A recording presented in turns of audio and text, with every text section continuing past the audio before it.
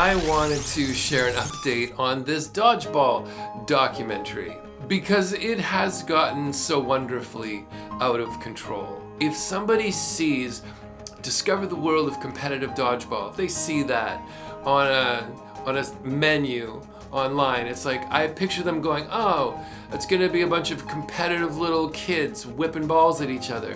And I'm like, how can I absolutely blow that expectation out of the water immediately in like 20 or 30 seconds? There was a song on an album that I did years ago that I hired this opera singer to come and do a duet with me, and I'm like, opera and a slow-mo highlight reel for 30 seconds to just with no explanation at all. You want to see how it looks?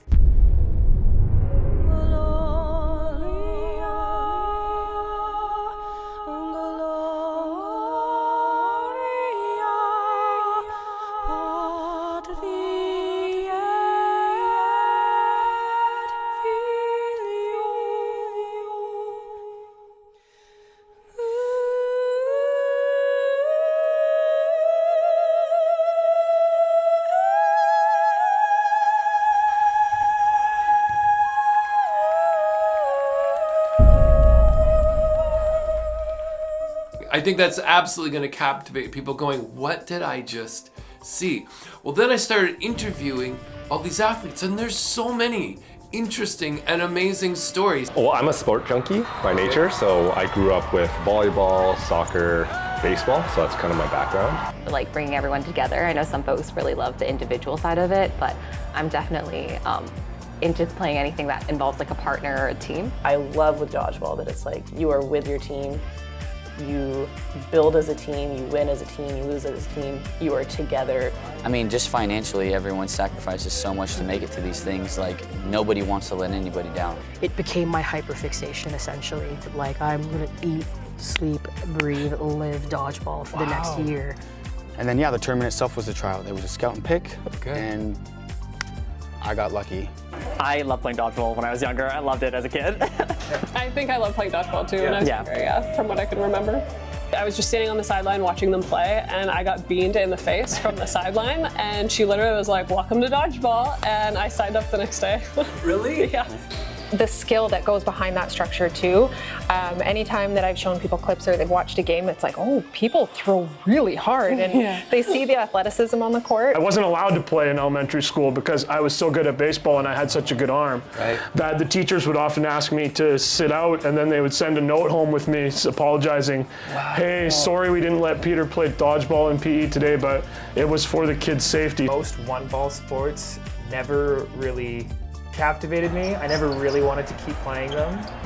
But dodgeball, there's 6 balls. There's always something going on. The opening ceremony was incredible. It was so awesome to see the dodgeball community come together. Yeah. Being a part of that event will be something I remember forever. I think a lot of times, like when you go into coaching, you tend to be the coach that you wanted.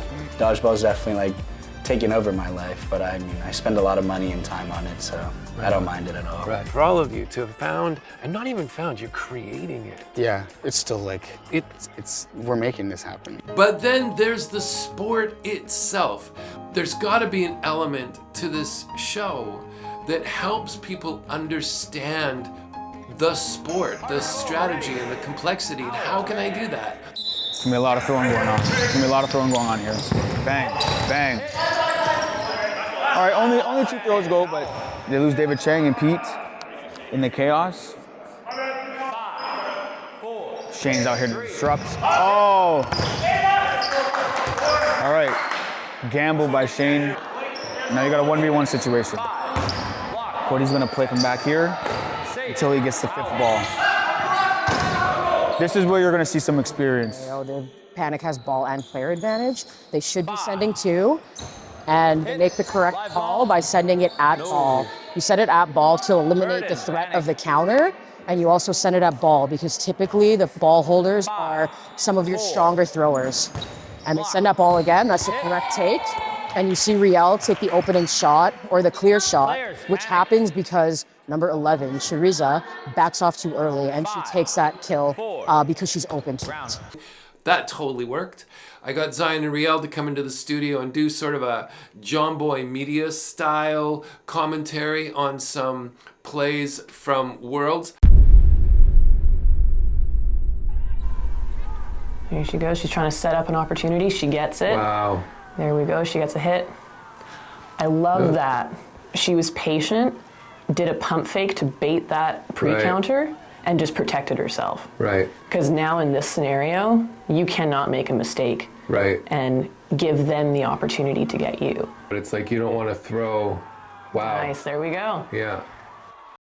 Yeah, lost 3 of her teammates, stayed calm, played the point out. Yeah. It's not over till it's over. Yeah. And then that ball just rolled back, so now Hong Kong gets another shot before Canada has to throw. Goes block, has to take a shot, takes a really good shot there, but bad shag, it is now rolling back. So now Hong Kong has 3 players and 4 balls. So would you expect 2? Yes. Ooh. Ooh. They sent 3.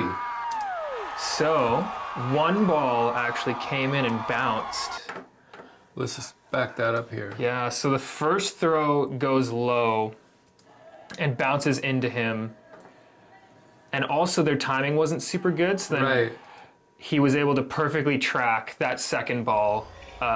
This player is an unreal catcher too, so he tracks that ball, and then the second one comes in and just kind of accidentally sticks to him, and then he's able to toss it up into the air and catch it.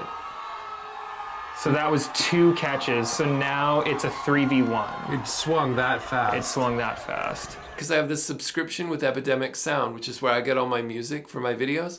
Well, then I find that's only good for a YouTube channel. I'm quoted anywhere from $7,000 to $12,000 for a music license to be able to use their music. I mean, I've been a musician my whole life, so I'm like, I guess I'm gonna have to write and record all of my own music. So let's start with a theme song.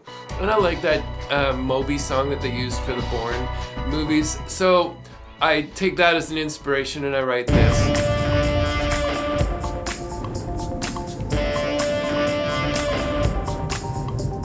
Then I needed music that could match the energy of dodgeball at the World Championship level. So I wrote this.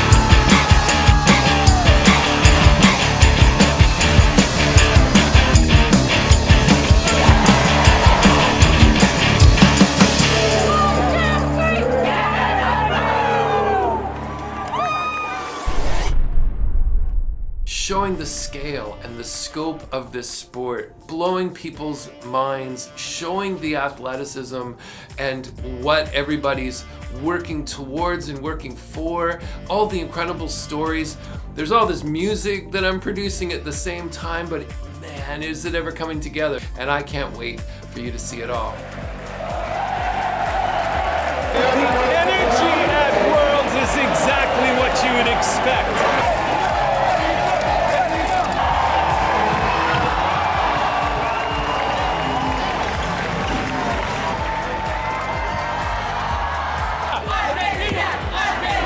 seeing all the countries that play dodgeball, that was really cool to see. I'm from the prairies. It's a heavily Ukrainian immigration population there. And then when the Ukrainian women came through, and everyone stood.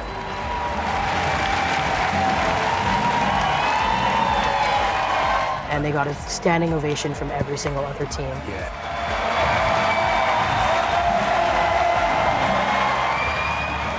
And pretty beautiful. In my opinion, it showed the power of sport. Yep.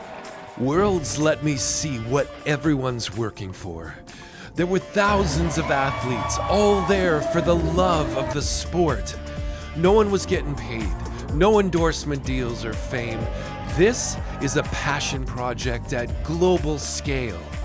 Everyone has invested their money and time, all for the dream of stepping onto the world stage to play dodgeball at the highest levels. So, don't go anywhere. It's just getting started.